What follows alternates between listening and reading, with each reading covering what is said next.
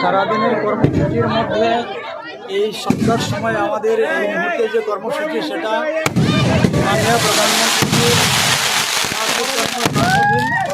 আমাদের সমস্ত দলীয় কার্যকর্তা একত্রিত হয়ে আমরা 73টি ক্যান্ডেল আমরা এখানে জ্বালিয়েছি ওনার মঙ্গল কামনার্থে সুস্বাস্থ্য কামনায় এবং ওনার দীর্ঘায়ু কামনায় এই মুহূর্তে আমরা এখানে 73টি ক্যান্ডেল আমরা প্রজ্বলন করেছি। মিত্র কথা বলেছে যে আগে আমরা বাইরে দেখতাম এরকম প্রোগ্রাম, ত্রিপুরাতে আগে এরকম কোনো প্রোগ্রাম করা যেত না, আজকে এই প্রোগ্রাম দেখে উনি খুবই খুশি হয়েছেন, সেই বিষয়টা আপনি কীভাবে হয়েছে?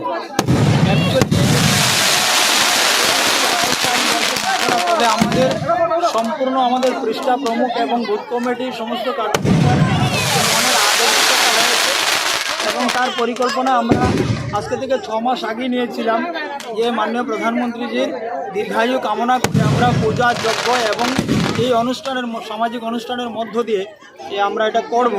এই আজকে আমরা সম্পন্ন করেছি।